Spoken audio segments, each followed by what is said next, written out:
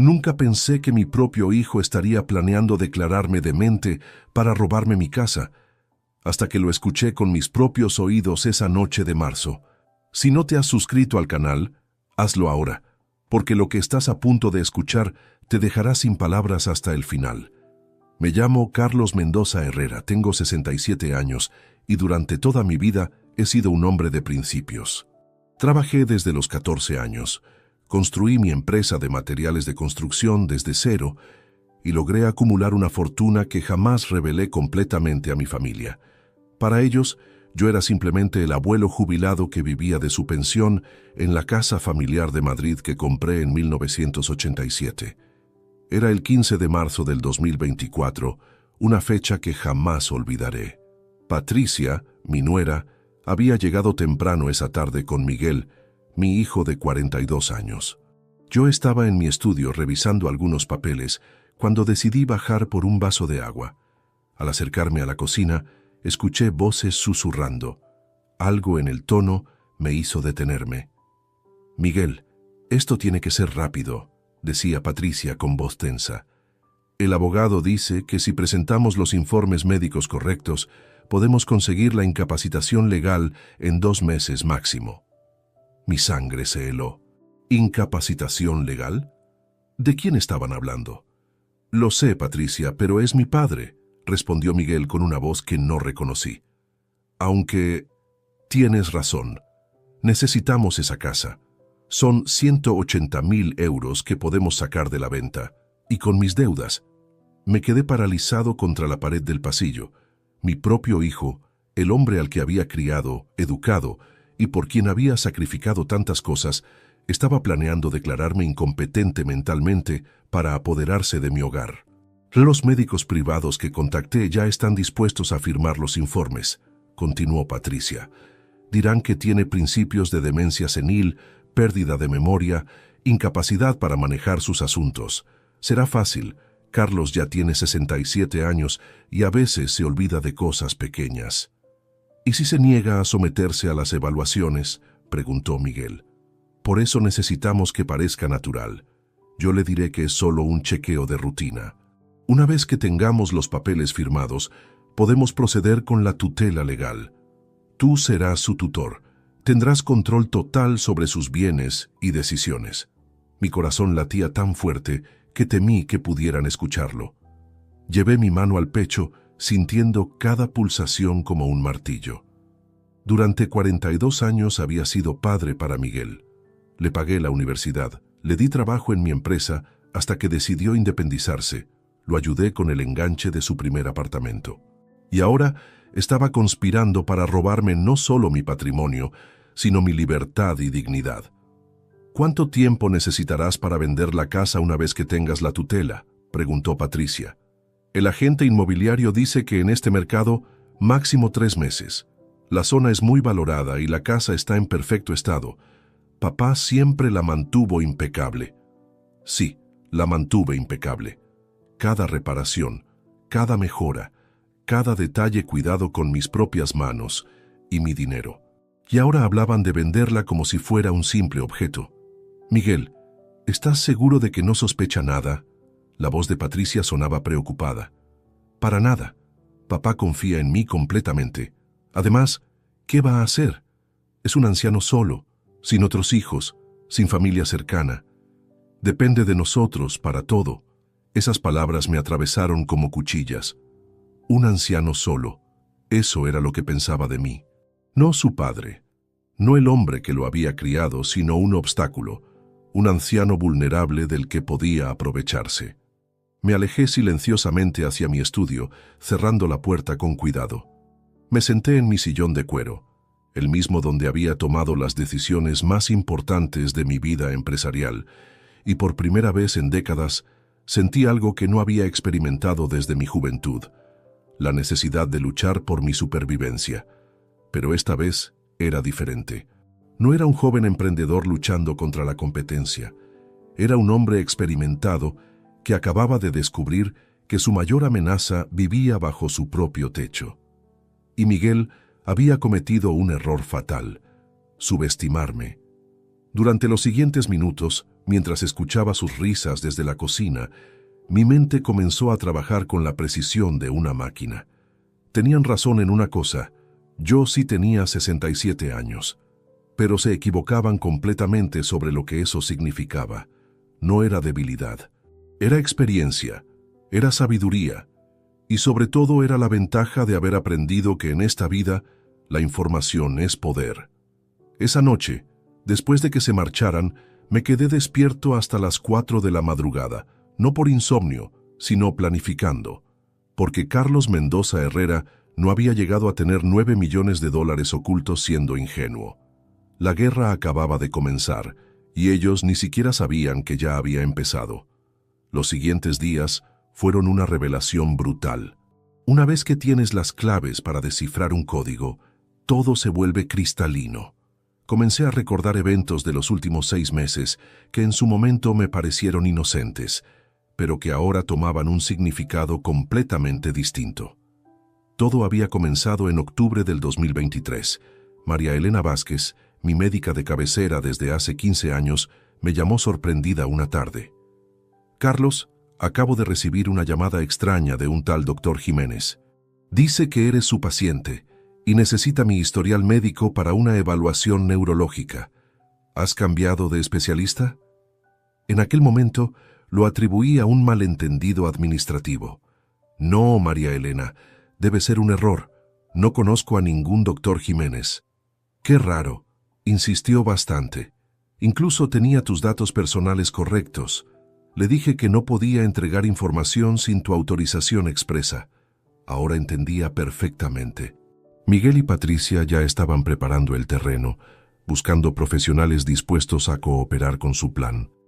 La llamada había sido un globo sonda para ver qué tan fácil sería acceder a mi información médica.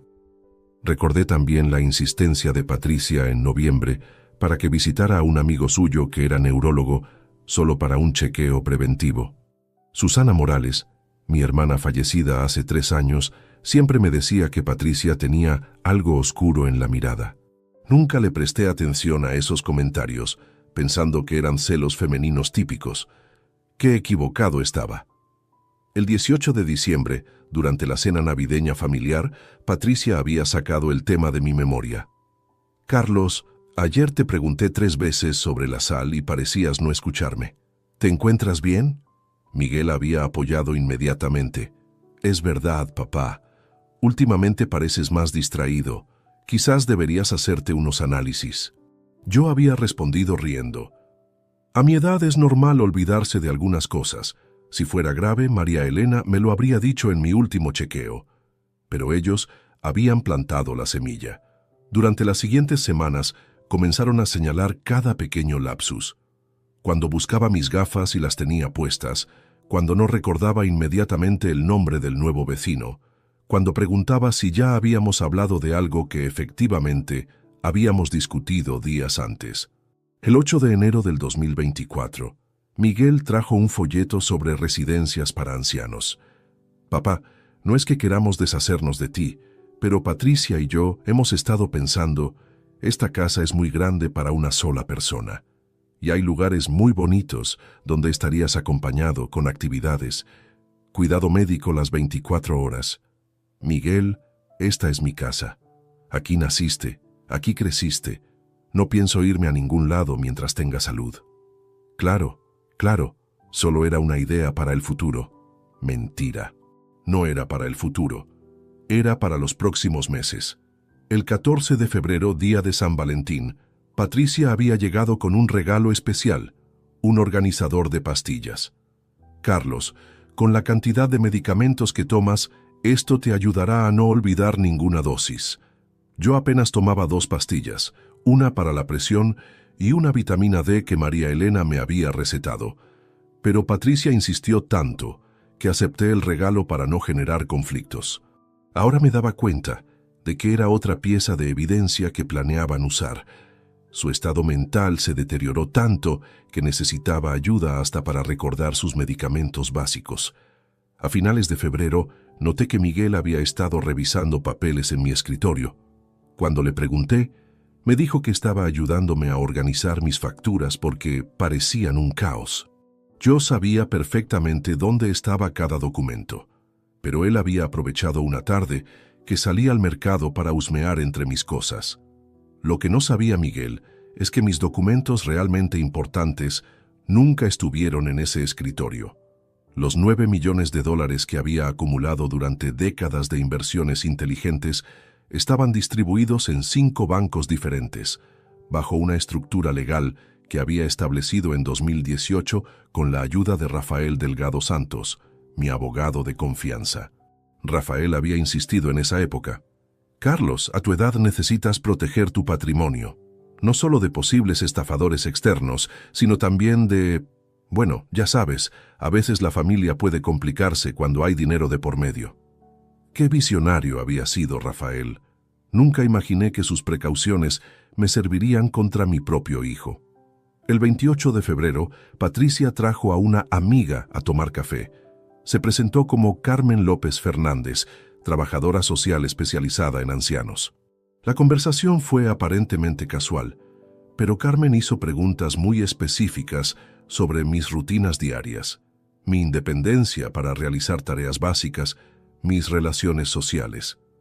Carlos parece muy lúcido y activo para su edad, comentó Carmen a Patricia, lo suficientemente alto para que yo lo escuchara desde la cocina. Sí, tiene días buenos y días malos, había respondido Patricia, pero últimamente los días malos son más frecuentes. Otra mentira documentada. Carmen no era una trabajadora social casual, era parte del equipo que estaban armando para justificar mi supuesta incapacidad. El 5 de marzo, exactamente 10 días antes de escuchar su conspiración, Miguel había sugerido que firmara un poder notarial por precaución. Papá, si algo te llega a pasar, necesitamos poder manejar tus cuentas y papeles. Es solo una medida preventiva.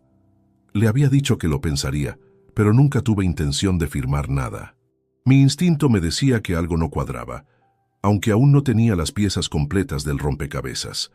Ahora, sentado en mi estudio a las 2 de la madrugada del 16 de marzo, todas esas piezas formaban una imagen clara y aterradora. No habían sido coincidencias ni preocupaciones genuinas. Había sido una campaña sistemática de 6 meses para construir una narrativa de deterioro mental que justificara su robo legal. Pero habían cometido errores. Errores que un empresario con mi experiencia podía explotar. Primero, habían asumido que yo era un anciano pasivo e ingenuo. Segundo, no sabían nada sobre mi verdadera situación financiera. Y tercero, habían involucrado a terceros en su conspiración, lo que significaba que había testigos y evidencia de su plan. Era hora de pasar de la defensa al ataque. Y tenía exactamente lo que necesitaba para ganar esta guerra: tiempo, recursos, experiencia y algo que ellos habían perdido completamente: la ventaja de la sorpresa. Miguel había despertado al león equivocado. El 17 de marzo, exactamente 48 horas después de descubrir la traición, tomé la primera decisión táctica. Necesitaba información profesional. A las 9:30 de la mañana, marqué un número que tenía guardado desde 2019, cuando un cliente de mi antigua empresa había necesitado servicios especializados. Agencia Confidencial Torres, buenos días. Necesito hablar con Alejandro Torres personalmente. Dígale que llama a Carlos Mendoza, el de los materiales de construcción. 30 minutos después estaba sentado frente a Alejandro Torres Ruiz, en su oficina discreta del barrio de Chamberí. Era un hombre serio de unos 45 años, ex policía nacional, que había montado su agencia de investigación privada tras jubilarse anticipadamente. Don Carlos, no esperaba verlo por aquí. ¿En qué puedo ayudarle? Alejandro, necesito que investigues a mi hijo Miguel Mendoza García y a mi nuera Patricia Ruiz Sánchez, específicamente sus movimientos financieros, contactos médicos recientes y cualquier comunicación que hayan tenido con abogados en los últimos 6 meses. Alejandro enarcó una ceja. ¿Problemas familiares? Los peores que puedas imaginar. ¿Cuánto necesitas de anticipo? Para un caso familiar completo, 3.000 euros cubren 2 semanas de investigación intensiva. Saqué mi chequera y firmé sin vacilar. Aquí tienes 5.000. Quiero resultados detallados en 10 días máximo. Y Alejandro, esto debe ser absolutamente confidencial. Por supuesto, ¿hay algo específico que busque? Todo lo que puedas encontrar. Deudas, contactos sospechosos, conversaciones grabadas si es posible. Tengo razones para creer que están planeando algo contra mí. Alejandro asintió gravemente. Entendido. Le haré llegar un informe preliminar en una semana. Mientras regresaba a casa, mi mente ya estaba calculando los siguientes movimientos. Durante el almuerzo, Miguel y Patricia actuaron con normalidad absoluta. Hablamos del clima, de las noticias, de los planes para Semana Santa. Su capacidad para fingir era impresionante y aterradora a la vez. «Papá», dijo Miguel mientras Patricia servía el café, «¿has pensado en lo que te comenté sobre el poder notarial?» «Aún lo estoy considerando, hijo. Es una decisión importante. Por supuesto, no hay prisa. Solo queremos estar preparados por si acaso». Patricia agregó con una sonrisa que ahora me resultaba venenosa. «Carlos, también pensé que podríamos programar esa cita médica. Mi amigo neurólogo tiene disponibilidad la próxima semana. Déjame revisar mi agenda y te confirmo», respondí con la misma tranquilidad falsa. Esa misma tarde, mientras ellos creían que estaba durmiendo mi siesta habitual, me dirigí al banco principal donde mantenía mi cuenta corriente visible. Necesitaba hablar con Luis Fernando Castro, el gerente que había manejado mis asuntos durante los últimos 8 años. «Don Carlos, qué sorpresa verle. ¿Cómo le va?» «Muy bien, Luis Fernando. Necesito consultarte algo delicado. ¿Ha recibido alguna llamada o visita de mi hijo Miguel preguntando sobre mis cuentas?» Luis Fernando se removió incómodo en su silla. «Bueno, efectivamente, hace unas 3 semanas vino preguntando sobre sus movimientos bancarios. Dijo que estaba preocupado por su salud y quería asegurarse de que todo estuviera en orden». Mi estómago se tensó. «¿Qué le dijiste exactamente?» «Nada específico, por supuesto. Le expliqué que sin su autorización escrita no podía divulgar información confidencial. Pero insistió bastante. Incluso trajo algunos papeles que decía eran poderes legales, aunque no me parecieron auténticos». ¿Papeles falsos? No eran falsos, pero tampoco estaban completados correctamente. Parecía como si hubiera intentado falsificar su firma, don Carlos. Por eso no le di ninguna información y le pedí que regresara con usted presente. El descarado de Miguel ya había intentado acceder a mis cuentas con documentos fraudulentos. «Luis Fernando, necesito que refuerces la seguridad de todas mis cuentas. Código de palabra secreta, doble verificación, lo que sea necesario». «Por supuesto. ¿Hay algo más que deba saber?» «Si mi hijo o cualquier otra persona pregunta sobre mis asuntos, quiero que me llames inmediatamente. Tengo razones para creer que pueden intentar algún tipo de fraude». El 22 de marzo, 5 días después de contratar a Alejandro, recibí una llamada inesperada de mi sobrina Lucía Mendoza Jiménez, hija de mi hermano fallecido. «Tío Carlos, ¿cómo estás? Te llamo porque ayer me encontré con Miguel en el centro comercial y tuvimos una conversación extraña». «¿Qué tipo de conversación, Lucía?» «Me preguntó sobre tu salud mental, específicamente si habías mostrado signos de confusión o pérdida de memoria cuando hablamos. Le dije que siempre me has parecido perfectamente lúcido, pero insistió diciéndome que en casa habías tenido varios episodios preocupantes». «¿Qué clase de episodios mencionó?» «Que te olvidabas de conversaciones importantes, que repetías preguntas, que a veces no reconocías objetos familiares. Tío, yo lo conozco desde niño y había algo en su manera de hablar, como si quisiera que yo confirmara esas historias». «¿Y qué le respondiste?» «Le dije la verdad, que cuando hablamos por teléfono o nos vemos estás perfectamente bien, pero me quedé con una sensación rara. ¿Por qué Miguel estaría preguntando esas cosas?» «Lucía, ¿puedes hacerme un favor? Si alguien más te pregunta sobre mi salud mental, ¿podrías anotar exactamente qué te dicen y llamarme después?» «Claro, tío, pero me estás preocupando. ¿Está pasando algo que debería saber?» «Aún no estoy seguro, pero prefiero ser precavido». El 25 de marzo, Alejandro me citó en su oficina con caras graves. Había trabajado rápido y eficientemente. «Don Carlos, Los resultados son peores de lo que imaginé. Su hijo tiene deudas por 247.000 euros, distribuidas entre 3 prestamistas diferentes. 2 de ellos son entidades legales, pero el tercero, digamos que no es el tipo de gente con la que uno quiere tener problemas. Préstamos ilegales, casas de juego clandestinas. Miguel ha estado frecuentando 3 locales en Madrid, donde ha perdido cantidades considerables en póker y ruleta. Los intereses se acumulan semanalmente y, según mis fuentes, le han dado hasta finales de abril para saldar la deuda completa. ¿Y Patricia? Ella está involucrada hasta el cuello. Tiene su propio negocio de consultoría que está en bancarrota. Debe 89.000 euros en impuestos atrasados y préstamos comerciales. Juntos, necesitan aproximadamente 340.000 euros para salir del agujero. ¿Por eso quieren vender mi casa? Exactamente, pero hay más. He documentado conversaciones telefónicas donde discuten su plan. Tengo grabaciones de Patricia contactando a 3 médicos privados diferentes, ofreciéndoles pagos bajo la mesa para firmar evaluaciones psiquiátricas falsas. Alejandro puso una grabadora sobre el escritorio. Don Carlos, lo que va a escuchar le va a doler, pero necesita conocer la verdad completa. La voz de Patricia sonaba clara. Doctor Herrera, necesitamos que el informe refleje deterioro cognitivo significativo. El paciente es un hombre de 67 años y la familia necesita establecer tutela legal urgentemente.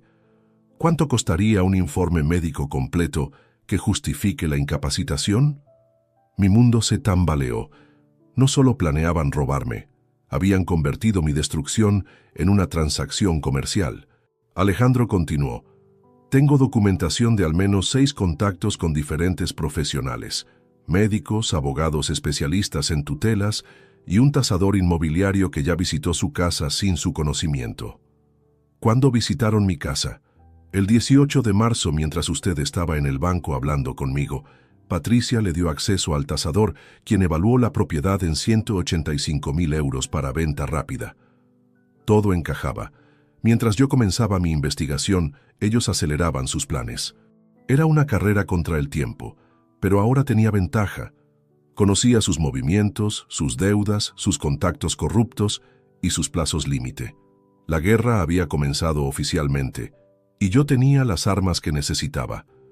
El 28 de marzo, Alejandro me entregó el informe completo que cambiaría todo.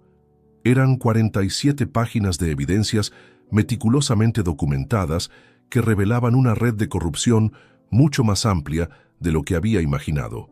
Don Carlos, siéntese porque lo que voy a mostrarle va más allá de una simple conspiración familiar, dijo Alejandro mientras extendía fotografías sobre su escritorio. La primera imagen mostraba a Miguel saliendo de una clínica privada en el barrio de Salamanca. Esta foto es del 20 de marzo.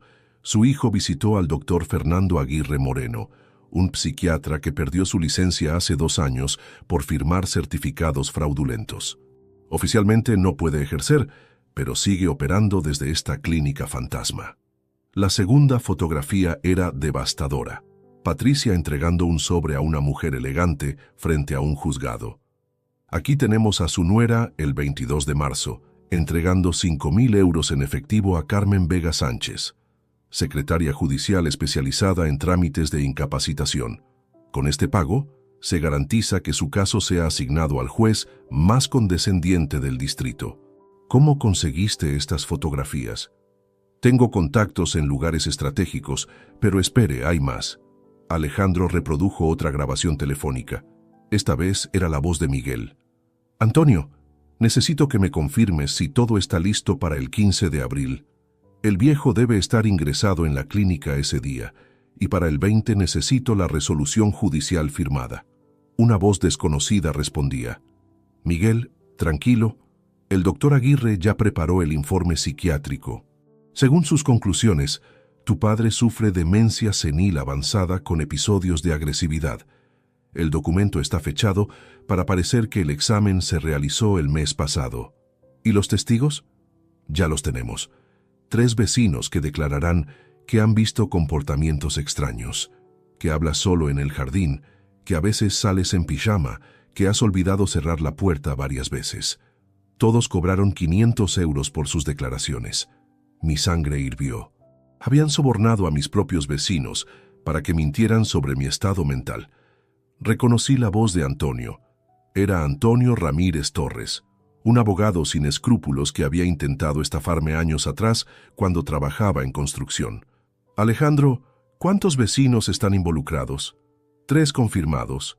Dolores Pérez del número 47, Eduardo Martín del 51 y, sorprendentemente, Rosa García Fernández del 43, a quien usted ayudó el año pasado con los gastos médicos de su esposo. La traición de Rosa me golpeó como una bofetada. Había pagado personalmente 12.000 euros para la operación cardíaca de su marido Joaquín cuando ellos no tenían recursos. Y ahora me apuñalaba por la espalda por 500 euros miserables. ¿Qué más descubriste sobre las deudas de juego de Miguel? Alejandro abrió otra carpeta. Aquí está el detalle completo. Su hijo debe 180.000 euros a El Rincón Dorado, una casa de juego ilegal dirigida por Ramón Silva Ortega. Pero la deuda más peligrosa son 67.000 euros que debe a los hermanos Núñez, prestamistas que operan desde Vallecas. Los hermanos Núñez. Sí, conoce su reputación, ¿verdad? No son precisamente pacientes con los morosos. Le han dado hasta el 30 de abril para pagar, o empezarán a cobrar de otras maneras. Entendí inmediatamente por qué Miguel había acelerado tanto sus planes. No solo necesitaba dinero urgentemente, necesitaba ese dinero antes de que los Núñez decidieran tomar medidas más drásticas. Alejandro, ¿tienes información sobre cómo planean forzar mi ingreso en la clínica? Esa es la parte más perversa del plan. Patricia contactó a una empresa de ambulancias privadas, Servicios Médicos Rápidos SL, el 15 de abril. Fingirán una emergencia médica en su casa. Dirán que usted tuvo un episodio psicótico y necesita evaluación psiquiátrica urgente. ¿Una emergencia falsa? Exacto. Miguel llamará al 112 reportando que usted está desorientado, agresivo y representando un peligro para sí mismo. La ambulancia llegará con paramédicos sobornados que confirmarán la versión. Lo trasladarán a la clínica del doctor Aguirre, donde permanecerá internado para observación mientras tramitan la incapacitación legal. El plan era diabólicamente eficiente. Una vez internado, sería prácticamente imposible demostrar mi cordura desde dentro de una institución mental corrupta. Mi testimonio sería descartado como delirios de un enfermo. ¿Cuánto tiempo calculan que tome todo el proceso legal? Según las grabaciones, esperan tener la tutela completa en 6 semanas. Para el 30 de mayo, Miguel sería legalmente mi tutor, con poder para vender propiedades, manejar cuentas bancarias y tomar decisiones médicas sobre mi tratamiento. Y después, una vez vendida su casa, planean trasladarlo a una residencia geriátrica barata en las afueras de Madrid. Patricia ya visitó 3 centros, buscando el más económico. Encontró uno en Alcalá de Henares por 800 euros mensuales, donde, y cito textualmente, nadie haría preguntas sobre su estado real. La imagen completa era terrorífica. No solo querían robarme mi patrimonio, planeaban encerrarme en una residencia de tercera categoría donde pasaría mis últimos años como un vegetal medicado e ignorado. Alejandro continuó. Don Carlos, hay algo más que debe saber. Encontré evidencia de que han estado drogándolo sutilmente durante las últimas semanas. ¿Cómo? ¿Recuerda que Patricia comenzó a prepararle té especial por las tardes? Hice analizar una muestra del té que guarda en su cocina. Contiene pequeñas dosis de lorazepam, un ansiolítico que en cantidades mínimas causa confusión leve y pérdida de memoria a corto plazo. Todo cobraba sentido. Los momentos de confusión que había experimentado últimamente, la ocasional dificultad para recordar conversaciones recientes, la somnolencia después del té vespertino. Me habían estado medicando sin mi conocimiento para crear síntomas reales que respaldaran su narrativa. ¿Durante cuánto tiempo me han estado drogando? Según mis cálculos, desde principios de febrero. Las dosis son lo suficientemente bajas para no causar daño permanente, pero lo suficientemente constantes para afectar su comportamiento de manera sutil. ¿Tienes evidencia forense? completa, muestras del té, análisis de laboratorio y fotografías de Patricia comprando lorazepam en 3 farmacias diferentes usando recetas falsas. Es un delito grave que podría llevarla a prisión por envenenamiento premeditado. En ese momento, comprendí que no estaba enfrentando una simple conspiración familiar motivada por la codicia. Era víctima de una operación criminal compleja que involucraba fraude médico, corrupción judicial, soborno de testigos y envenenamiento sistemático. Miguel y Patricia habían cruzado la línea que separa la traición familiar del crimen organizado, y eso significaba que yo podía responder con todas las armas legales a mi disposición. Alejandro, necesito copias de toda esta evidencia, y quiero que contactes a Rafael Delgado Santos, mi abogado. Dile que es urgente. ¿Va a proceder legalmente contra ellos? Voy a hacer algo mucho mejor. Voy a darles exactamente lo que esperan, hasta el momento preciso en que pueda destruirlos completamente. El juego había cambiado. Ya no era defensa, era contraataque total. Y tenían apenas 18 días antes de que su mundo se desmoronara, porque Carlos Mendoza Herrera no solo había sobrevivido 67 años, había aprendido que la mejor venganza se sirve con evidencia irrefutable y paciencia infinita. El 30 de marzo marqué el número que había esperado usar durante años, pero nunca bajo estas circunstancias. Rafael Delgado Santos, mi abogado desde 2003, era reconocido como uno de los mejores especialistas en derecho patrimonial y familiar de Madrid. Carlos, qué gusto escucharte. Alejandro Torres me adelantó que necesitas asesoría urgente. ¿Podemos vernos esta tarde? Rafael, la situación es grave. Te adelanto que involucra a Miguel y puede requerir medidas legales extremas. Hubo una pausa significativa. Rafael conocía a mi familia desde hacía décadas y había sido testigo del nacimiento de Miguel. Entendido. Te espero a las 4:30 en mi oficina privada. Esa tarde, en el elegante bufete de Rafael en el Paseo de la Castellana, extendí toda la evidencia recopilada por Alejandro sobre la mesa de caoba. Rafael examinó cada documento con la meticulosidad que lo había convertido en mi abogado de confianza. Carlos, esto constituye una conspiración criminal compleja. Estamos hablando de múltiples delitos: fraude, falsificación de documentos médicos, soborno de funcionarios judiciales y, lo más grave, envenenamiento premeditado. ¿Cuáles son mis opciones legales? 3 caminos principales. Primero, denuncia penal inmediata que podría llevar a Miguel y Patricia a prisión por varios años. Segundo, medidas cautelares preventivas para proteger tu patrimonio. Tercero, y este es el más inteligente, construir una trampa legal perfecta. Explícame la trampa. Rafael se reclinó en su silla, mostrando esa sonrisa calculadora que había visto cuando enfrentábamos casos complicados. Dejamos que procedan con su plan hasta el momento crítico, pero controlando cada variable. Mientras tanto, reestructuramos completamente tu patrimonio para hacerlo inaccesible, documentamos cada paso de su conspiración y en el momento preciso los exponemos con evidencia irrefutable. ¿Qué tan arriesgado es ese enfoque? Mínimo, si lo hacemos correctamente. El verdadero riesgo está en actuar prematuramente y darles oportunidad de modificar su estrategia o destruir evidencias. ¿Cuánto tiempo necesitas para reestructurar mis activos? 1 semana para transferencias básicas, 2 semanas para protección completa. Tus 9 millones están distribuidos en 5 entidades bancarias diferentes, ¿correcto? Efectivamente, Banco Santander, BBVA, CaixaBank, Banco Sabadell y una cuenta internacional en Suiza. Perfecto. Crearemos una estructura de fideicomiso que haga legalmente imposible que Miguel acceda a esos fondos, incluso con tutela judicial. Además, transferiremos la propiedad de tu casa a una sociedad limitada donde tú serás el único accionista y administrador. ¿Eso es legal? Completamente. Es planificación patrimonial preventiva, una práctica común en familias con patrimonios significativos. Durante los siguientes días, Rafael trabajó como una máquina de precisión legal. El 2 de abril recibí la primera actualización. Mis cuentas bancarias principales habían sido transferidas a un fideicomiso irrevocable administrado por el bufete de Rafael, con instrucciones específicas que impedían cualquier acceso por parte de tutores legales o familiares.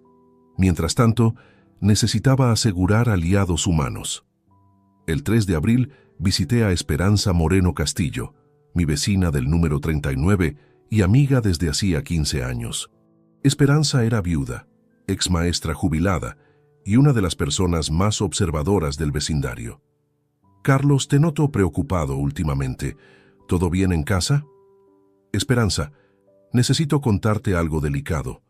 Pero primero, ¿has notado algo extraño en el comportamiento de Miguel o Patricia durante las últimas semanas? ¿Extraño en qué sentido? Cualquier cosa.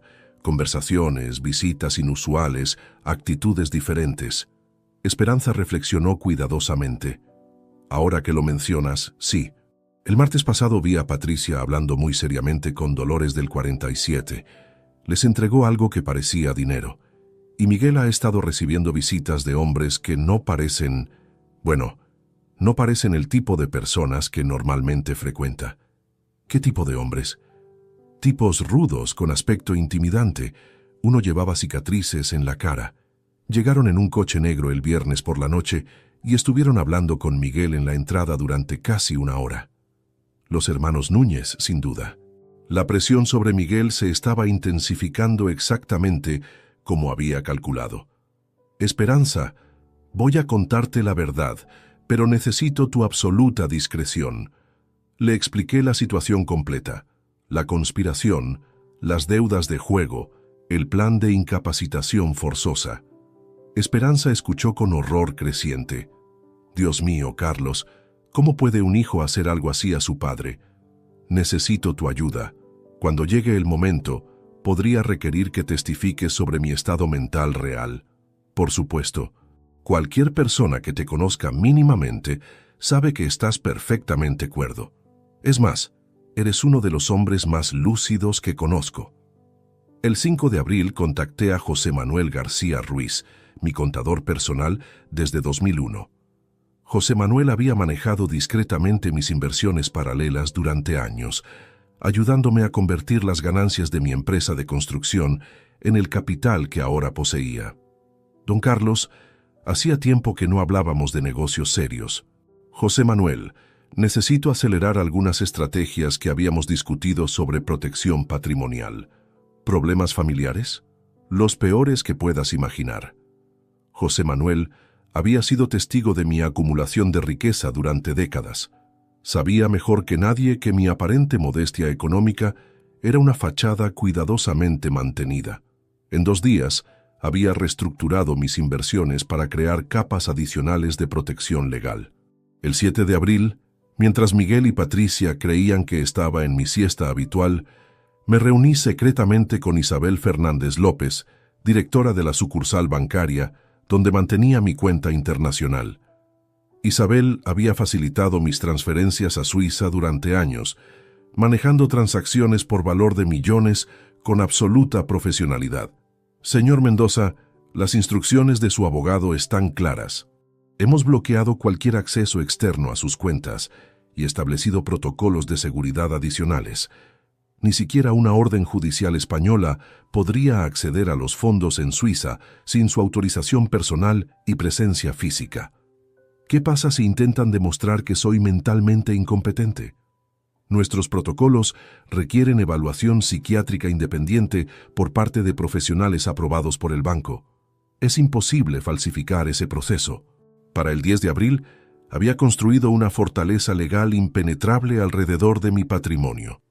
Pero necesitaba un aliado final, alguien con autoridad moral que pudiera testificar sobre mi cordura de manera incuestionable. Contacté al doctor Roberto Villalobos Herrera, mi médico de confianza durante la época en que dirigía mi empresa. Roberto, ahora de 58 años, era jefe de neurología del Hospital Universitario La Paz y reconocido especialista en demencias. Carlos, qué sorpresa. ¿Cómo van tus aventuras de jubilado? Roberto, necesito un favor profesional urgente. ¿Podrías realizarme una evaluación neurológica completa y documentarla oficialmente? ¿Problemas de salud? Problemas legales. Alguien va a intentar declarar que tengo demencia y necesito evidencia médica irrefutable de lo contrario. Roberto programó una cita para el 12 de abril. Durante 3 horas, me sometí a la batería más exhaustiva de pruebas neurológicas, psicológicas y cognitivas que había experimentado en mi vida. Los resultados fueron contundentes: función mental superior al promedio para mi edad, memoria excepcional, razonamiento lógico intacto y ningún signo de deterioro cognitivo. Carlos, tienes la mente más aguda que he evaluado en meses. Quien intente declararte incompetente va a enfrentar evidencia médica aplastante en tu contra. El 13 de abril, con todas las piezas en posición, Rafael me citó para la reunión final de preparación. Carlos, estás completamente protegido. Tu patrimonio es inaccesible. Tienes evidencia médica irrefutable de tu competencia mental y documentación completa de la conspiración criminal contra ti. Mañana comienza su operación final y están condenados al fracaso antes de empezar. ¿Cuándo debería actuar? Deja que procedan hasta el momento en que intenten el ingreso forzoso. Ese será el momento de máxima exposición legal para ellos. Entonces los destroza. Miguel tenía menos de 48 horas antes de descubrir que había declarado la guerra al hombre equivocado, y yo tenía un ejército de profesionales esperando para aniquilarlo legalmente. La trampa estaba lista, solo faltaba que la presa cayera. El 14 de abril, exactamente 24 horas antes del día programado para mi supuesta emergencia psiquiátrica, recibí la confirmación que había estado esperando. Rafael me llamó a las 7:00 de la mañana con noticias que cambiarían todo. Carlos, tengo información crucial. Anoche interceptamos una conversación telefónica entre Patricia y el doctor Aguirre. Confirmaron que la ambulancia llegará mañana a las 11:30 a.m. Pero hay algo más. Descubrieron que tienes más dinero del que pensaban. ¿Cómo es posible? Patricia contrató a un investigador privado barato, Tomás Guerrero Núñez, para que hurgara en tus finanzas. Encontró rastros de transferencias bancarias grandes, pero no pudo acceder a los montos exactos. Saben que tienes dinero escondido, pero calculan que serán unos 200.000 euros, no 9 millones. Esta revelación era perfecta para mis planes. Su codicia se había intensificado, pero seguían subestimando grotescamente mi verdadera posición financiera. ¿Qué cambios hicieron al plan original? Aceleraron todo. Miguel ya no planea esperar 6 semanas para vender la casa. Quiere completar la venta en 3 semanas máximo para acceder rápidamente a lo que creen que es tu dinero oculto. A las 9:00 a.m. me dirigí al banco para la fase final de mi preparación. Necesitaba retirar 50.000 euros en efectivo para una maniobra específica que había diseñado. El gerente Luis Fernando me atendió personalmente. Don Carlos, ¿está seguro de que necesita esta cantidad en efectivo? Es bastante inusual. Luis Fernando confía en mí. Y recuerda, si alguien pregunta sobre este retiro, especialmente mi hijo, no tienes autorización para dar información alguna. Por supuesto, ¿necesita escolta de seguridad para transportar esta cantidad? No será necesario. Tengo mis precauciones. Durante el trayecto de regreso, paré en una tienda de electrónicos donde compré 3 dispositivos de grabación de alta calidad y un sistema de cámara oculta. Si Miguel quería teatro, yo le daría una producción que quedaría documentada para la posteridad. A las 2:00 p.m., Alejandro Torres llegó a mi casa con el equipamiento de vigilancia profesional que habíamos acordado instalar. Don Carlos, esto es tecnología militar adaptada para uso civil. Tendrá grabación de audio y video de toda su casa, transmisión en tiempo real a mi oficina y almacenamiento automático en servidores seguros. ¿Cuánto tiempo necesitas para instalarlo? 2 horas máximo. Cuando termine, tendrá evidencia audiovisual de cada palabra y cada movimiento que ocurra mañana.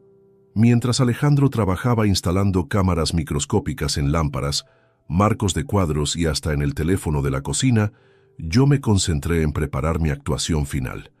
Necesitaba parecer levemente confundido y vulnerable, pero no tanto como para que un médico real diagnosticara problemas genuinos.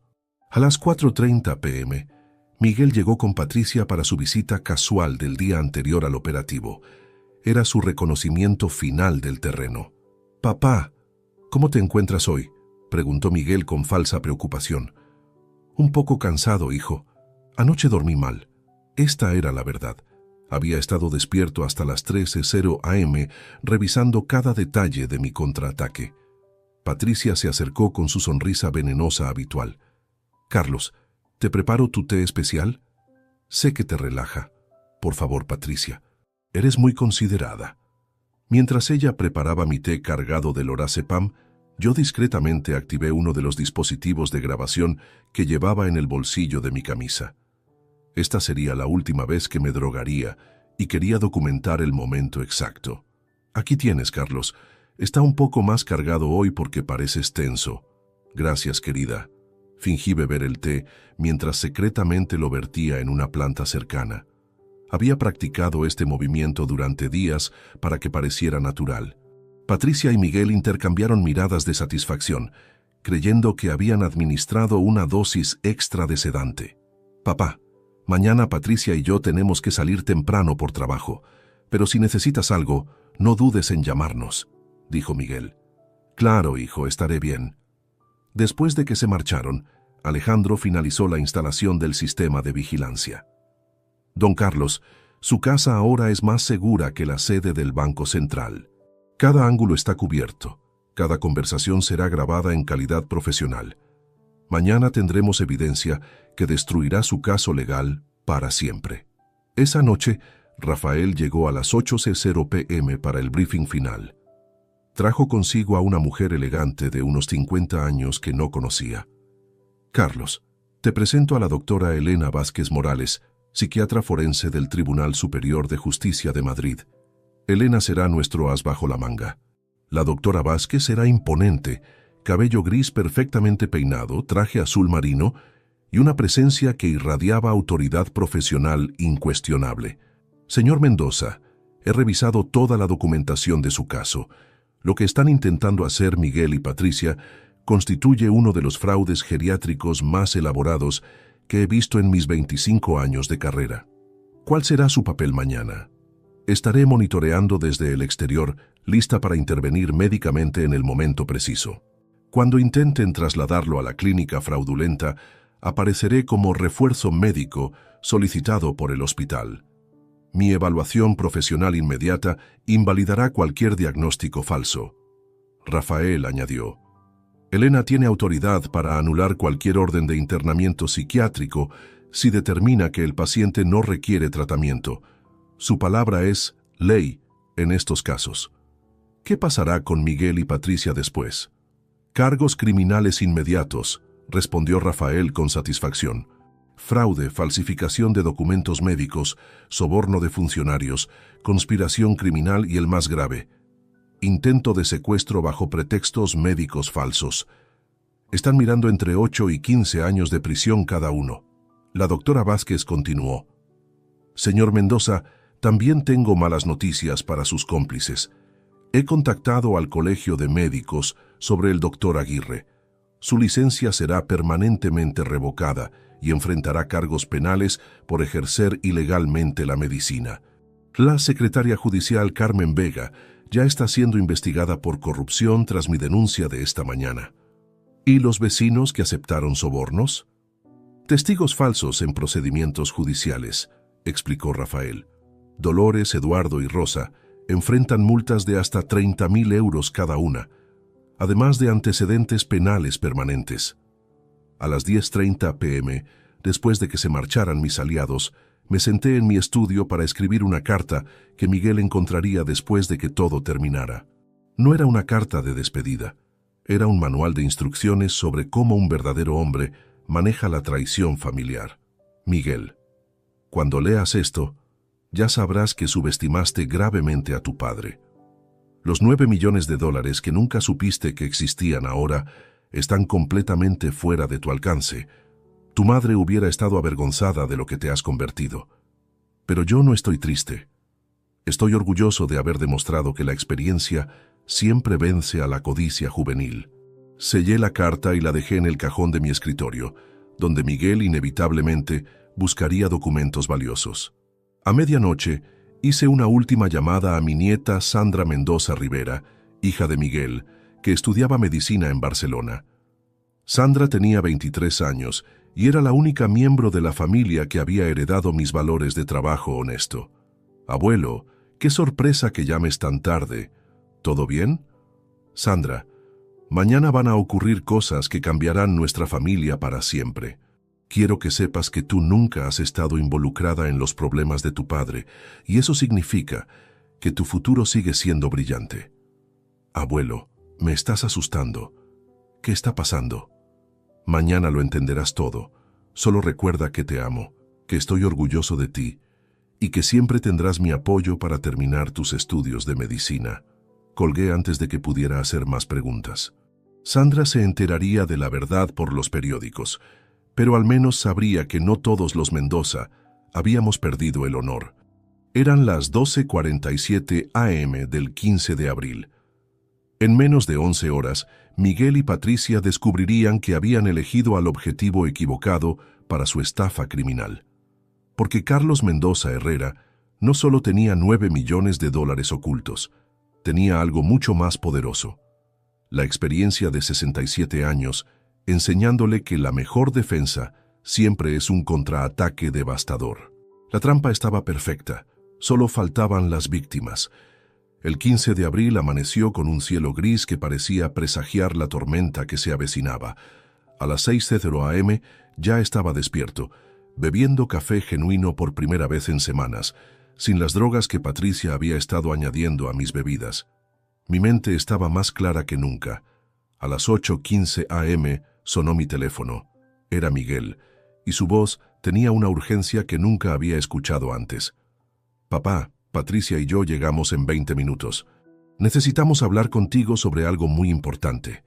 Por supuesto, hijo, los espero. Mientras los aguardaba, revisé una última vez los dispositivos de grabación ocultos.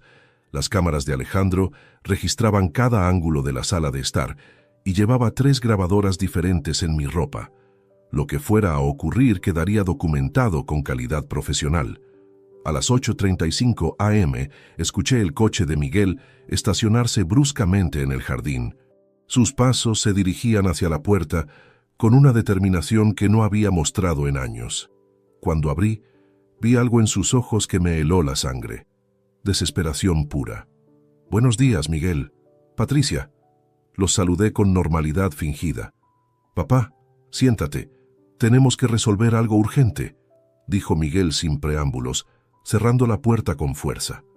Patricia llevaba una carpeta gruesa bajo el brazo y evitaba hacer contacto visual conmigo. Sus manos temblaban ligeramente, señal de que sabía que estaban cruzando un punto sin retorno. «¿De qué se trata, hijo?». Miguel se paseó por la sala como un animal enjaulado antes de plantarse frente a mí. «Papá, voy a ser directo porque no tenemos tiempo para rodeos. Necesito dinero, mucho dinero, y lo necesito hoy». «¿Cuánto dinero estás hablando, Miguel?» 350.000 euros. Los necesito antes del mediodía. La cifra era exactamente lo que Alejandro había calculado. Sus deudas totales más un margen de seguridad. Fingí sorpresa e inquietud. «Miguel, esa es una cantidad enorme. ¿Para qué necesitas tanto dinero tan urgentemente?» «Eso no importa ahora. Lo que importa es que sé que tienes dinero guardado, papá. Mucho más del que nos has dicho». Patricia finalmente habló, con voz tensa. «Carlos, contratamos a un investigador. Sabemos de las transferencias bancarias, de las cuentas en diferentes bancos. No puedes seguir fingiendo que solo vives de tu pensión». «No entiendo de qué hablan». Miguel explotó. «No te hagas el tonto. Tomás encontró registros de movimientos por más de 200.000 euros en los últimos 2 años. ¿Dónde está ese dinero?». Era fascinante ver cómo su codicia los había llevado a una investigación amateur que solo había descubierto la punta del iceberg. Sus 200.000 euros estimados no eran ni el 2% de mi patrimonio real. «Miguel, aunque tuviera esa cantidad, ¿por qué debería entregártela sin explicaciones?». «Porque soy tu hijo, porque te he cuidado, te he visitado, me he preocupado por ti durante años». La ironía de sus palabras era dolorosa. El mismo hijo que planeaba declararme demente, ahora hablaba de cuidados y preocupación. ¿Y si no puedo conseguir esa cantidad? Miguel intercambió una mirada significativa con Patricia. Ella abrió su carpeta y extrajo varios documentos. Papá, hemos tomado precauciones. Aquí tengo informes médicos que documentan tu deterioro mental durante los últimos meses. Patricia extendió papeles sobre la mesa de centro. Carlos, 3 doctores diferentes han evaluado tu comportamiento y han concluido que necesitas supervisión médica inmediata. Reconocí inmediatamente los documentos fraudulentos que Alejandro había fotografiado siendo preparados. El informe del doctor Aguirre estaba fechado del 28 de marzo, con un diagnóstico de demencia senil moderada con episodios de confusión y pérdida de memoria. ¿Cuándo me evaluaron estos doctores? Yo no recuerdo haber visitado a ningún especialista. Esa es exactamente la evidencia de tu problema, papá, dijo Miguel con falsa compasión. No recuerdas las citas médicas, no recuerdas conversaciones importantes, no recuerdas dónde guardas documentos importantes. Miguel, mi memoria está perfecta. ¿En serio? Patricia intervino con una sonrisa cruel. ¿Recuerdas que el martes pasado me preguntaste 3 veces la misma pregunta sobre la cena? ¿Recuerdas que el domingo saliste a comprar pan en pijama? Mentiras cuidadosamente construidas. Yo jamás había salido en pijama y el martes pasado había estado en el banco documentando mis protecciones legales. Incluso tus vecinos están preocupados, añadió Miguel. Dolores, Eduardo y Rosa han venido a preguntarnos si estás bien porque te han visto hablando solo en el jardín. Los mismos vecinos que habían aceptado sobornos para mentir sobre mi comportamiento. La red de corrupción que habían construido era impresionante por su alcance y patética por su amateurismo. ¿Qué quieren exactamente? Miguel se sentó a mi lado con una expresión que pretendía ser paternal. Papá, queremos ayudarte, pero necesitamos que nos des acceso a tus cuentas bancarias para poder manejar tus asuntos mientras recibes tratamiento médico. ¿Tratamiento médico? Patricia se acercó con papeles adicionales. Carlos, hemos arreglado tu ingreso en una clínica especializada. Es un lugar hermoso donde recibirás atención las 24 horas mientras evaluamos la extensión de tu condition. ¿Y si me niego? Miguel se puso de pie bruscamente. Papá, no tienes opción. Los informes médicos son concluyentes. Tienes demencia progresiva y por tu propia seguridad necesitas supervisión profesional inmediata. Miguel, soy tu padre. No puedes obligarme a... ¡Sí puedo!, gritó, perdiendo finalmente la compostura. Tengo autoridad legal, tengo órdenes médicas y tengo abogados que confirman que puedo tomar decisiones por ti. Patricia intentó calmarlo. Miguel, no grites. Carlos, entendemos que esto es difícil, pero es por tu bien. ¿Por mi bien o por los 350,000 euros que necesitan? El silencio que siguió fue revelador. Miguel y Patricia se dieron cuenta de que habían mostrado demasiado sus cartas. Miguel se recompuso y adoptó un tono amenazante. Papá, vas a firmar estos poderes notariales ahora mismo y vas a decirnos exactamente dónde tienes el dinero guardado. O a las 11:30 llegará una ambulancia que te llevará a evaluación psiquiátrica obligatoria. ¿Me estás amenazando, Miguel? Te estoy salvando de ti mismo. Pero sí, si quieres verlo como amenaza, es una amenaza. Firma estos papeles, entrega el dinero, o pasarás los próximos meses internado mientras nosotros nos hacemos cargo de tus asuntos legalmente. Patricia añadió, Carlos, la ambulancia ya está programada. Los paramédicos saben que pueden encontrar resistencia de parte de pacientes con demencia. Están preparados para usar sedantes si es necesario. Ahí estaba la verdad desnuda. No eran mi hijo y mi nuera preocupados por mi bienestar. Eran criminales ejecutando un plan de secuestro elaborado. ¿Y después del tratamiento médico? Miguel sonrió con crueldad. Después, cuando estés estable, podrás vivir cómodamente en una residencia geriátrica que ya hemos seleccionado. Es un lugar tranquilo en las afueras, donde podrás descansar sin preocupaciones. ¿Una residencia o una prisión? Papá, estás siendo dramático. Es una decisión tomada con amor. Me levanté lentamente, dejando que creyeran que el peso de su ultimátum me había vencido. En realidad, Estaba activando el dispositivo de grabación de emergencia que llevaba en mi cinturón. Miguel, Patricia, necesito que sepan algo antes de tomar cualquier decisión. ¿Qué? Que han subestimado completamente a Carlos Mendoza Herrera. Sus expresiones cambiaron. Por primera vez desde que habían entrado, vi incertidumbre en sus ojos. ¿Qué quieres decir? Quiero decir que su pequeña conspiración ha sido documentada desde el primer día. Cada conversación, cada documento falso, cada soborno pagado, todo. Miguel palideció. Papá, no sabemos de qué hablas. Habló de esto, dije, sacando mi teléfono y reproduciendo la grabación de su conversación del 15 de marzo. Miguel, esto tiene que ser rápido. El abogado dice que si presentamos los informes médicos correctos... El color desapareció completamente de sus rostros. Patricia dejó caer su carpeta. Así que ahora, Miguel, vamos a discutir el verdadero ultimátum, el mío. La guerra había comenzado oficialmente y acababan de descubrir que habían traído cuchillos a un duelo de cañones. Miguel y Patricia se quedaron paralizados por unos segundos que me parecieron eternos. Podía ver sus mentes procesando la magnitud de lo que acababa de revelar. Pero Miguel, impulsado por la desesperación, intentó recuperar el control. Papá, no sé qué grabación es esa, pero claramente estás confundido. Estas son exactamente las alucinaciones auditivas que mencionan los informes médicos. ¿Alucinaciones auditivas, Miguel? ¿Cómo esta? Reproduje otra grabación más reciente, del 10 de abril. La conversación de Patricia con el doctor Aguirre, confirmando los horarios de la ambulancia. La voz de mi nuera resonó claramente. Doctor, necesito que el informe refleje deterioro cognitivo significativo. Patricia dio un paso hacia atrás, su rostro completamente pálido. Carlos, ¿puedo explicar? No hay nada que explicar, Patricia. Tengo documentado cada paso de su conspiración criminal. Las deudas de juego de Miguel con los hermanos Núñez, tus pagos a médicos corruptos, los sobornos a los vecinos, incluso las drogas que has estado añadiendo a mi té. Miguel intentó una última jugada desesperada. Incluso si fuera verdad, no cambia nada. Los informes médicos ya están firmados. La ambulancia viene en camino.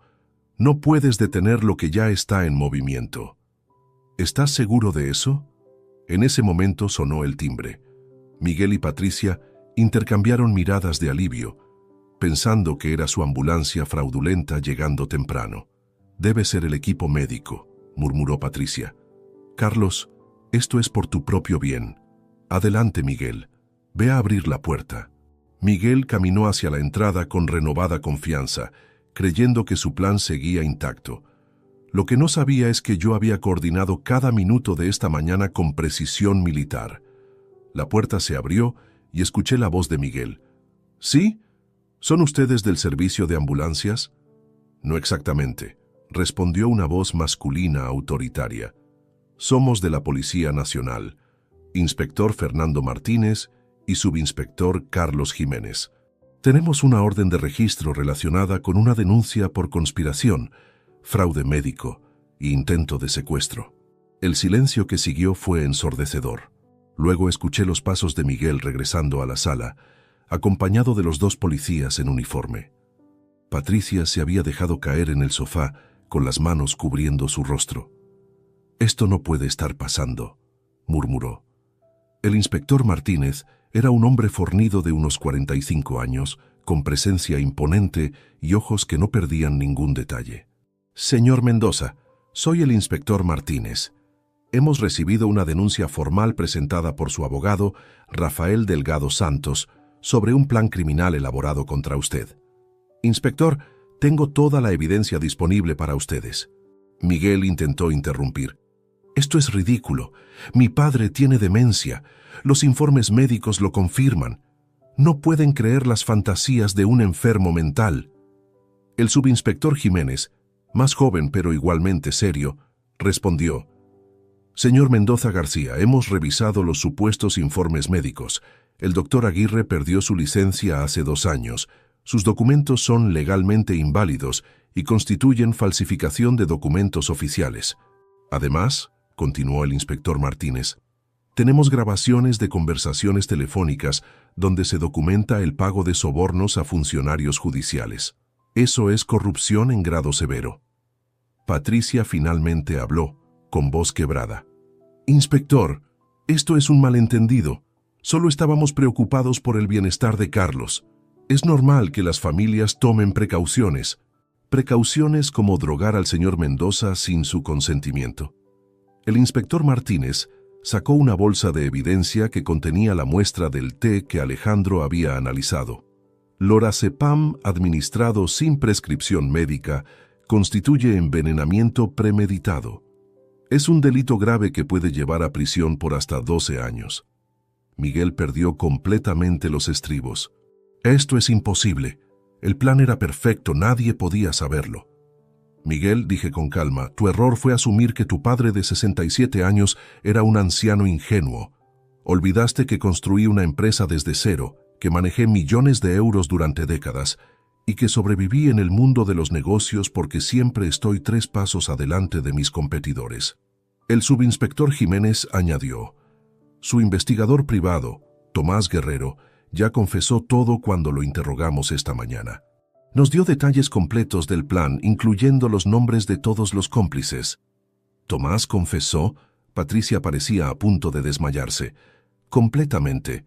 Cuando se enteró de que estaba involucrado en una conspiración criminal, decidió cooperar para reducir su sentencia. Tenemos su testimonio completo sobre cómo ustedes le pidieron que investigara las finanzas del señor Mendoza. En ese momento sonó nuevamente el timbre. Esta vez era la ambulancia real. No la fraudulenta que Miguel había contratado, sino una ambulancia oficial con paramédicos auténticos. «Inspector, ¿esperaban una ambulancia?», preguntó Miguel con confusión. «Efectivamente, pero no para el señor Mendoza». 3 paramédicos entraron, dirigidos por una mujer madura de uniforme azul marino. «Somos del SAMUR. Recibimos una llamada sobre una emergencia psiquiátrica. ¿Cuál es la situación?». El inspector Martínez señaló a Patricia. Esta señora ha estado bajo estrés extremo debido a su arresto inminente. Ha mostrado signos de crisis nerviosa y podría necesitar evaluación psiquiátrica. Patricia se puso de pie bruscamente. «No estoy loca. El loco es él», señaló hacia mí. «Tiene alucinaciones. Cree que somos criminales». En ese momento entró la última pieza de mi estrategia. La doctora Elena Vázquez Morales, la psiquiatra forense que Rafael había coordinado.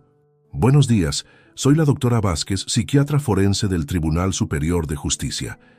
He venido para realizar evaluaciones psiquiátricas de emergencia». Miguel aún intentaba salvarse. «Doctora, gracias por venir. Necesita evaluar a mi padre inmediatamente. Tiene demencia senil y está teniendo episodios paranoides». La doctora Vázquez me miró directamente. «Señor Mendoza, ¿podría responder algunas preguntas básicas?». Durante los siguientes 10 minutos, demostré mi lucidez mental completa. Recordé fechas exactas, nombres completos, realicé cálculos matemáticos complejos y expliqué coherentemente toda la situación legal. «Inspector», concluyó la doctora Vázquez, «el señor Carlos Mendoza muestra función mental superior al promedio para su edad. No hay evidencia alguna de deterioro cognitivo, demencia o cualquier condición que justifique tutela legal». «¿Y los otros?». La doctora evaluó rápidamente a Miguel y Patricia. «El señor Miguel Mendoza García muestra signos de estrés extremo compatible con culpabilidad por actividades criminales. La señora Patricia Ruiz Sánchez está experimentando una crisis nerviosa aguda, posiblemente precipitada por el colapso de su conspiración». El inspector Martínez sacó las esposas.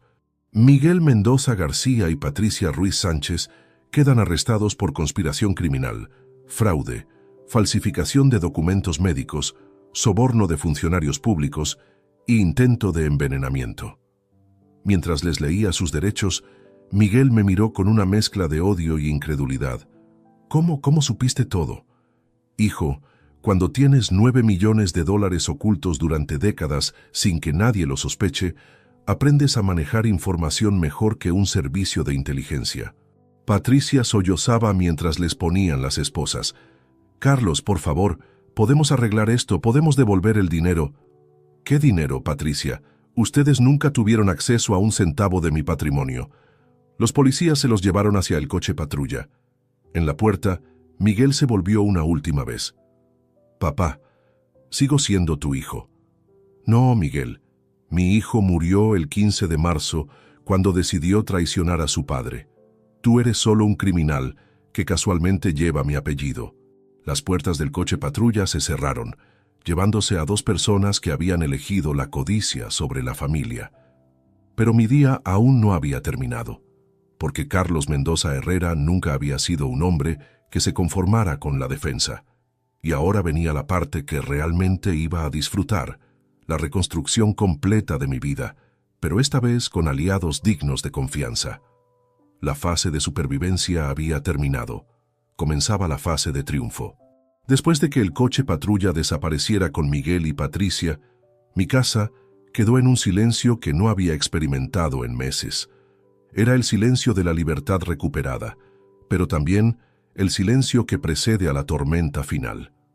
El inspector Martínez permaneció conmigo para completar la documentación oficial. Señor Mendoza, necesitamos su declaración formal sobre todos los eventos. Esto será crucial para el proceso judicial. Inspector, tengo preparada una cronología completa con evidencias respaldatorias. Mi abogado Rafael Delgado tiene copias de todo. Excelente. ¿Hay algo más que debamos saber sobre otros posibles cómplices? Sí. Hay varios vecinos que aceptaron sobornos para testificar falsamente sobre mi estado mental. También hay personal médico corrupto y funcionarios judiciales involucrados. Pasamos las siguientes 2 horas documentando cada detalle. El inspector tomó declaración sobre las drogas en mi té, las visitas de los prestamistas ilegales y la red completa de corrupción que Miguel y Patricia habían construido. Señor Mendoza, este caso será emblemático.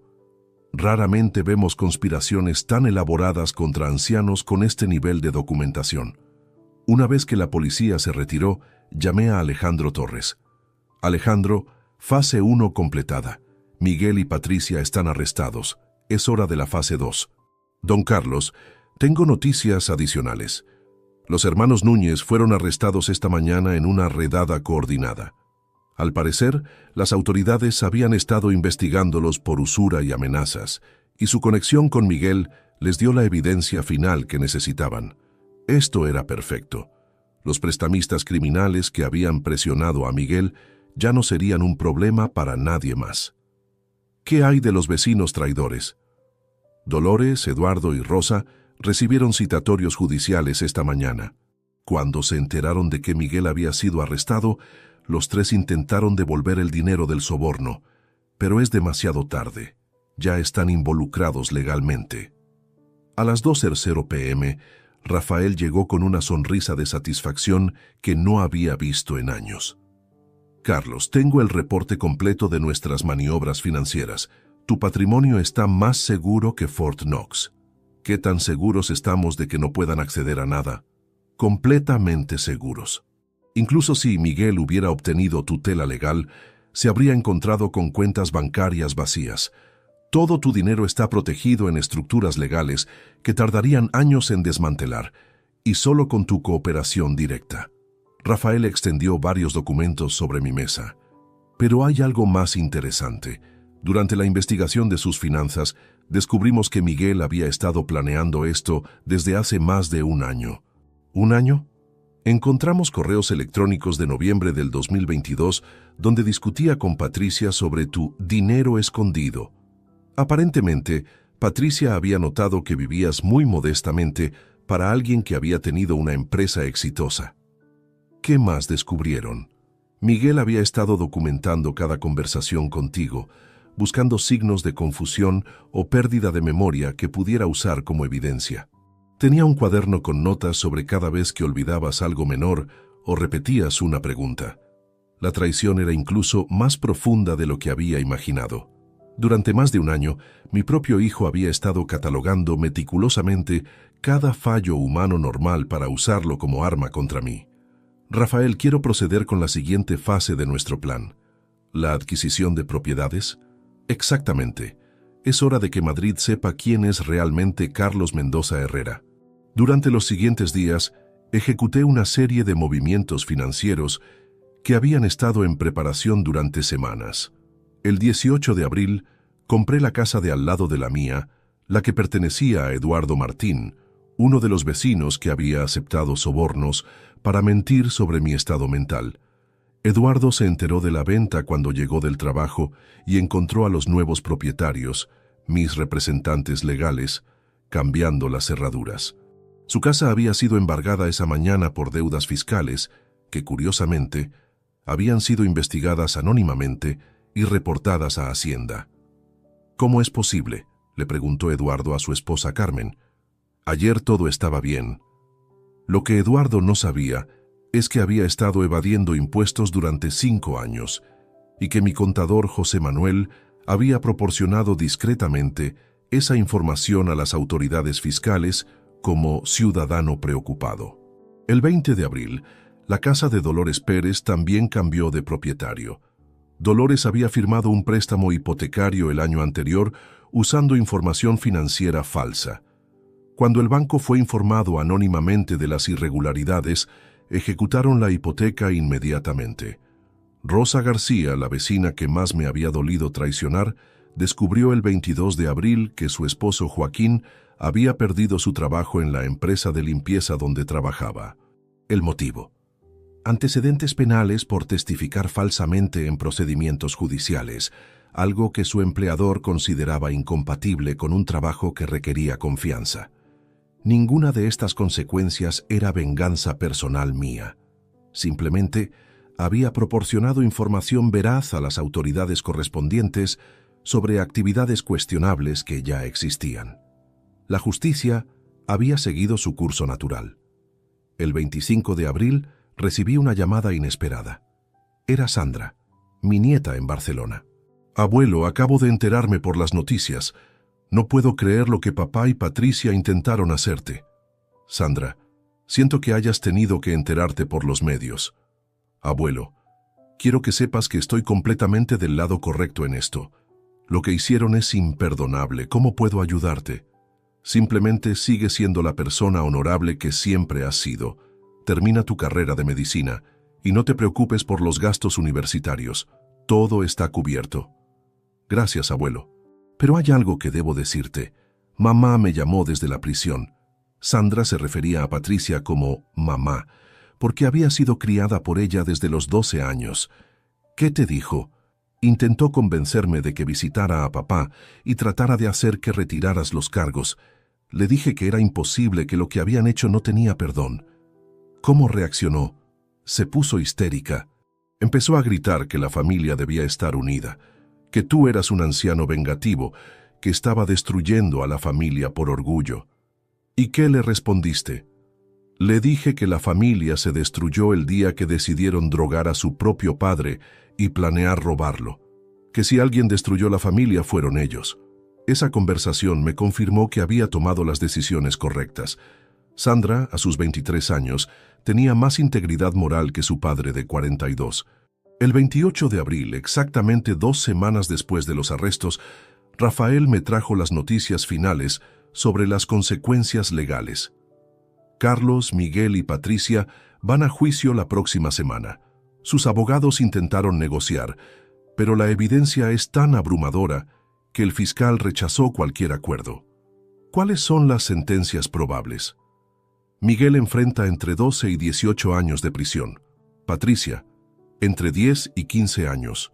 Los cargos incluyen conspiración criminal organizada, lo cual aumenta significativamente las penas. ¿Y los demás cómplices? El doctor Aguirre, 8 años por ejercicio ilegal de la medicina y fraude. Carmen Vega, la secretaria judicial, 6 años por corrupción. Los vecinos, entre 18 meses y 3 años dependiendo de su cooperación con las autoridades. El 30 de abril, exactamente el día límite que los hermanos Núñez habían dado a Miguel para pagar sus deudas de juego, ocurrió el evento que marcaría el final simbólico de esta fase. Estaba revisando correspondencia en mi estudio cuando escuché un motor poderoso deteniéndose en mi entrada.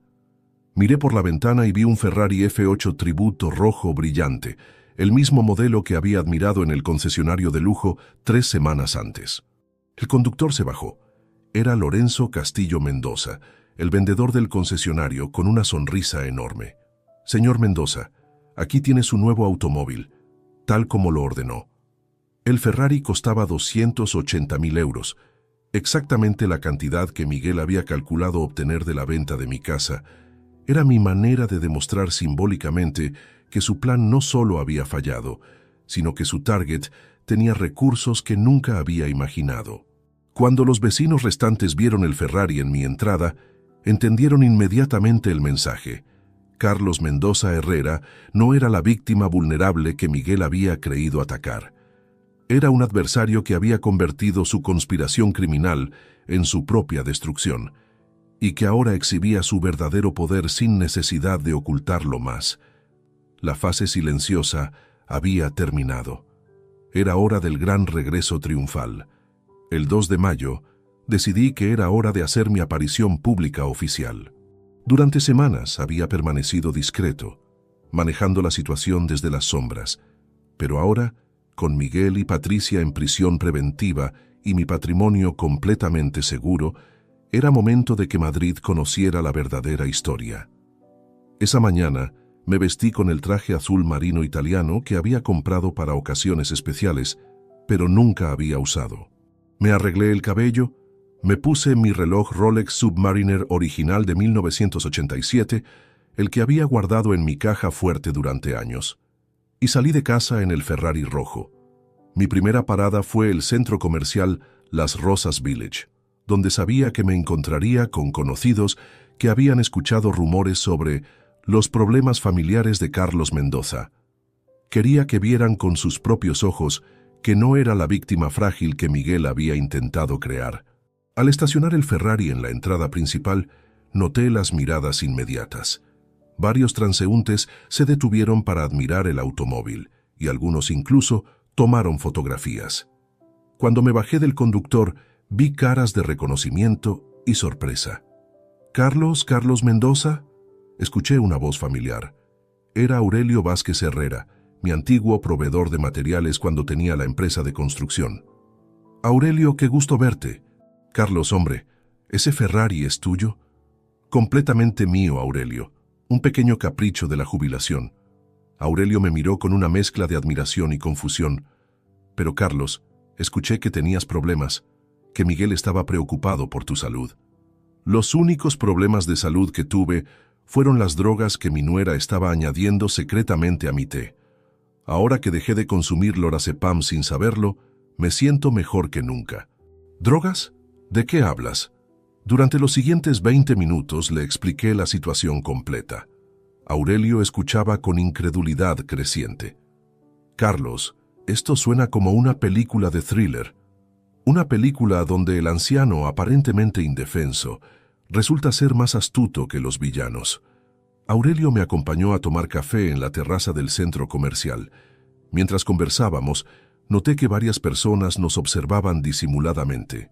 Madrid es una ciudad grande, pero los círculos sociales pueden ser pequeños, y las noticias sobre arrestos espectaculares viajan rápido. «Carlos, ¿es verdad que Miguel debe dinero a gente peligrosa?» «Debía.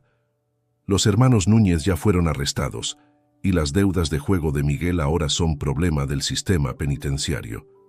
Durante el café, mi teléfono sonó. Era Esperanza, mi vecina leal. «Carlos, ¿dónde estás? Han venido periodistas preguntando por ti». «¿Periodistas?» «De El País y de Telemadrid. Dicen que quieren hablar contigo sobre el caso del anciano que desenmascaró una conspiración familiar. Aparentemente, la historia se está volviendo famosa». Esto era inesperado, pero no completamente sorprendente. Un caso que involucraba conspiración familiar, médicos corruptos y una fortuna oculta tenía todos los elementos para captar atención mediática. «Esperanza, diles que regresaré en una hora». Mi segunda parada fue el banco principal, donde quería hablar con Luis Fernando sobre algunas transferencias. Cuando llegué, el gerente me recibió con una actitud completamente diferente a la habitual. «Don Carlos, no esperaba verle tan pronto después de los eventos recientes». Luis Fernando, los eventos fueron exactamente lo que esperaba que ocurriera. Esperaba que su hijo intentara acceder fraudulentamente a sus cuentas. Esperaba que alguien eventualmente intentara aprovecharse de mi edad aparente. Solo no pensé que sería mi propio hijo. Luis Fernando me acompañó a su oficina privada. Don Carlos, debo confesarle algo. Cuando Miguel vino con esos papeles falsificados, inmediatamente sospeché que algo no estaba bien. Su firma era convincente, pero sus nervios lo traicionaron. ¿Qué hiciste exactamente? Contacté discretamente al Departamento de Seguridad del banco. Ellos fotografiaron los documentos e investigaron su autenticidad. Cuando confirmamos que eran falsificaciones, alertamos a las autoridades. ¿El banco ayudó en la investigación? Completamente. Proporcionamos toda la evidencia de los intentos de fraude. Su caso se ha convertido en un ejemplo de cómo las instituciones financieras deben proteger a clientes vulnerables, aunque usted resultó ser cualquier cosa menos vulnerable. Durante nuestra conversación, Luis Fernando mencionó algo interesante. Don Carlos, varios clientes del banco han preguntado sobre usted. La historia se ha extendido por la comunidad financiera. Algunos están impresionados por su manejo estratégico de la situación. ¿Qué tipo de comentarios? Admiración genuina. Comentarios como ese Carlos Mendoza demostró que la experiencia vale más que la juventud y nunca subestimes a un empresario con décadas de experiencia. Cuando regresé a casa a las 3:30 p.m., efectivamente había 2 furgonetas de medios de comunicación estacionadas en mi calle. Vi a Esperanza hablando con una reportera joven, probablemente explicando que ella nunca había notado signos de demencia en mi comportamiento. Al ver el Ferrari, los periodistas se acercaron inmediatamente. Señor Mendoza, soy Carmen Ruiz de El País. ¿Podríamos hacerle algunas preguntas sobre su experiencia con la conspiración familiar? Y yo soy David Morales de Telemadrid, agregó un camarógrafo. Esta historia está generando mucho interés público. Decidí que era el momento perfecto para establecer mi narrativa pública. Por supuesto, pero hablemos en mi jardín, donde estaremos más cómodos. Durante la siguiente hora, conté mi historia completa a los medios. Expliqué cómo había detectado la conspiración, cómo había documentado sistemáticamente cada paso y cómo había protegido legalmente mi patrimonio antes de exponer a los culpables. Señor Mendoza, preguntó Carmen, ¿qué mensaje tiene para otras personas mayores que podrían estar enfrentando situaciones similares? Que nunca asuman que la edad los convierte automáticamente en víctimas. La experiencia es poder, la información es poder, y la paciencia estratégica es el poder más grande de todos. David preguntó, ¿hay algo que le gustaría decirle a su hijo Miguel?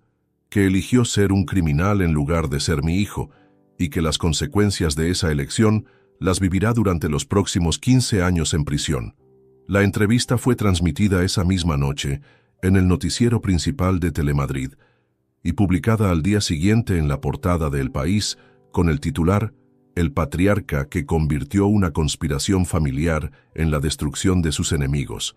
Esa noche, mientras cenaba en mi terraza, reflexioné sobre los eventos de los últimos 2 meses.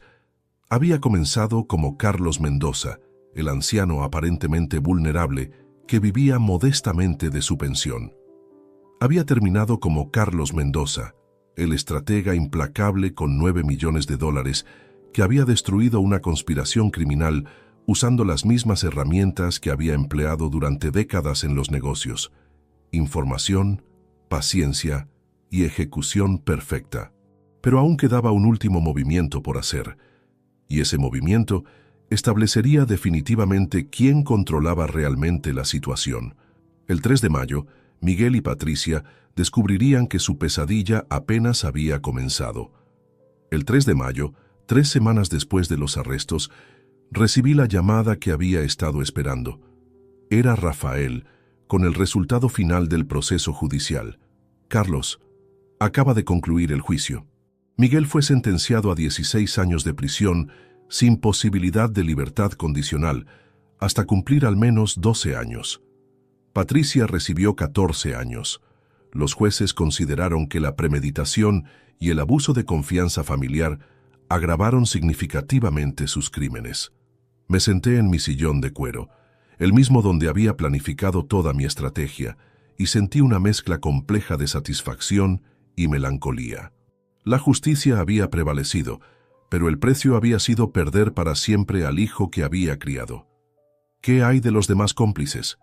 El doctor Aguirre, 10 años por liderar una red de certificaciones médicas fraudulentas. Carmen Vega, 7 años por corrupción judicial agravada. Tomás Guerrero, 3 años por participar en conspiración criminal. ¿Y los vecinos? Dolores, 2 años con suspensión condicional y trabajo comunitario. Eduardo, 18 meses efectivos. Rosa García, 2 años suspendidos, pero su esposo Joaquín perdió definitivamente su empleo. Durante los días siguientes, comencé la reconstrucción completa de mi vida social. El 7 de mayo, organicé una cena en mi casa para las personas que habían demostrado lealtad genuina durante la crisis. Esperanza, mi doctor Roberto Villalobos, Alejandro Torres y, por supuesto, Rafael. Carlos, comentó Roberto mientras brindábamos con champán Dom Periñón, has demostrado que la inteligencia estratégica no tiene edad de caducidad. Alejandro añadió, en mis 20 años como investigador privado, nunca vi a alguien manejar una situación tan compleja con tanta precisión. Miguel y Patricia creyeron que estaban cazando a un cordero, pero despertaron a un león. Esperanza, siempre práctica, preguntó, Carlos, ¿qué vas a hacer ahora? Esta casa debe sentirse muy vacía después de todo lo ocurrido. Esperanza, por primera vez en años, esta casa se siente como mi hogar nuevamente, sin personas tóxicas drogando mi té o conspirando en mi cocina. Durante esa cena tomé una decisión que había estado considerando durante semanas. Amigos, he decidido crear la Fundación Carlos Mendoza para la protección de personas mayores. Voy a destinar 2 millones de euros para ayudar a otros ancianos que enfrentan abuso familiar o fraude patrimonial. Rafael sonrió. Es una idea extraordinaria. Tu experiencia podría salvar a cientos de personas de situaciones similares. Exactamente. Quiero crear un protocolo de detección temprana de conspiraciones familiares, financiar investigaciones privadas para víctimas que no pueden costearlas y proporcionar representación legal gratuita en casos de abuso patrimonial. El 15 de mayo, exactamente un mes después de los arrestos, recibí una visita inesperada. Era Sandra, mi nieta, que había venido desde Barcelona. Abuelo, necesitaba verte en persona para agradecerte. ¿Agradecerme qué, Sandra? Por demostrarme que hacer lo correcto siempre vale la pena, incluso cuando duele. Sé que fue doloroso exponer a papá, pero era lo único moralmente aceptable. Sandra había madurado considerablemente durante estas semanas. Abuelo, he estado reflexionando sobre todo lo ocurrido. Papá eligió el dinero sobre la familia. Tú elegiste la justicia sobre la comodidad. Quiero ser como tú cuando tenga tu edad. Sandra, tú ya tienes mi carácter. Por eso eres la única heredera legítima en mi testamento actualizado. Sus ojos se llenaron de lágrimas. Abuelo, no me importa la herencia, solo me importa tenerte en mi vida. Lo sé, hija, por eso mereces heredar todo lo que he construido. Durante junio y julio, la Fundación Carlos Mendoza se convirtió en realidad. Contraté a 3 abogados especializados, 2 investigadores privados y una psicóloga geriátrica. En los primeros 2 meses, ayudamos a 47 personas mayores que enfrentaban situaciones de abuso familiar. El caso más impactante fue el de Amparo Delgado Vega, una viuda de 72 años, cuyas hijas habían estado vendiendo secretamente sus joyas familiares y falsificando su firma para acceder a sus cuentas bancarias. Usando las técnicas que había desarrollado en mi propio caso, logramos documentar completamente el fraude y recuperar 145.000 euros robados. Señor Mendoza, me dijo Amparo durante una visita de seguimiento, usted me salvó de terminar en la calle por culpa de mis propias hijas. No sé cómo agradecérselo. Amparo, la mejor forma de agradecerme es viviendo con dignidad y nunca permitiendo que nadie abuse de su confianza otra vez. El 12 de agosto recibí una carta desde la prisión. Era de Miguel. Durante semanas había estado evitando leer su correspondencia, Pero esta vez decidí enfrentar sus palabras. Papá, sé que no merezco tu perdón, pero quiero que sepas que entiendo completamente lo que hice mal. Patricia y yo nos convertimos en monstruos por culpa de la desesperación financiera. Destruimos nuestra familia por dinero que ni siquiera existía en las cantidades que pensábamos.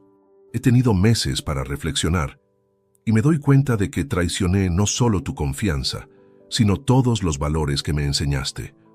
No espero que me perdones, pero espero que puedas encontrar paz sabiendo que la justicia se hizo correctamente. Leí la carta 3 veces. Había dolor genuino en sus palabras, pero también la realización tardía de que había cruzado líneas imperdonables. Le respondí con una carta breve. Miguel, aprecio tu reconocimiento de culpabilidad, pero el perdón no borra las consecuencias. Elegiste ser un criminal cuando podrías haber hablado conmigo honestamente sobre tus problemas financieros. Esa decisión cambió todo para siempre. Te deseo que uses estos años en prisión para convertirte en una mejor versión de ti mismo. Pero nuestra relación padre-hijo terminó el día que decidiste drogarme y conspirar para robarme. El 30 de octubre, exactamente 8 meses después de descubrir la conspiración, tuve mi última cita de seguimiento con el doctor Roberto para confirmar que no había efectos residuales del lorazepam que Patricia me había administrado.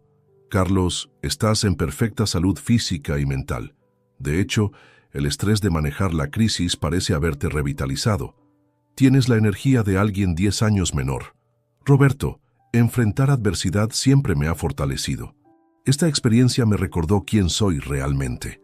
No un anciano vulnerable, sino un strategist experimentado. Esa noche, mientras cenaba solo en mi terraza, reflexioné sobre la transformación completa que había experimentado.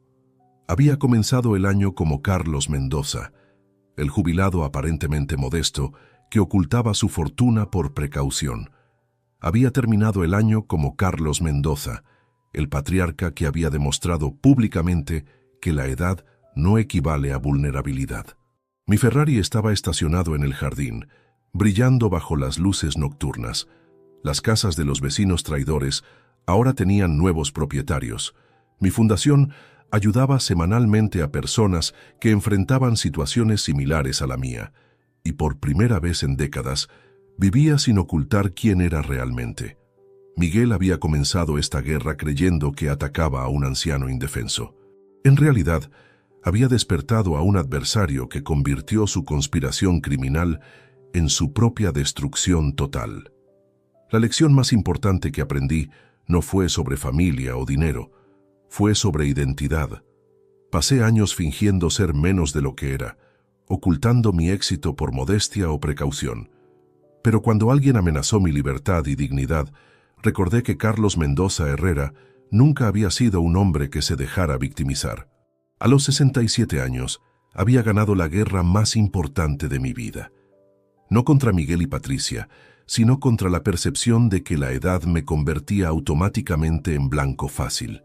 Y ahora, con $9 millones, un Ferrari rojo, una fundación próspera y la satisfacción de haber impartido justicia perfecta, vivía exactamente como el hombre exitoso y respetado que siempre había sido. Miguel me expulsó de mi propia casa creyendo que era un anciano indefenso. Regresé como el león que nunca había dejado de ser. Y esa, amigos, es la diferencia entre subestimar a alguien y conocer realmente con quién estás tratando. La historia había terminado, pero mi vida verdadera apenas comenzaba. Si te gusta esta historia, por favor dale like al video, suscríbete al canal y comparte en los comentarios tu impresión sobre esta historia. Para escuchar la próxima historia, haz clic en el cuadro de la izquierda. Gracias por vernos.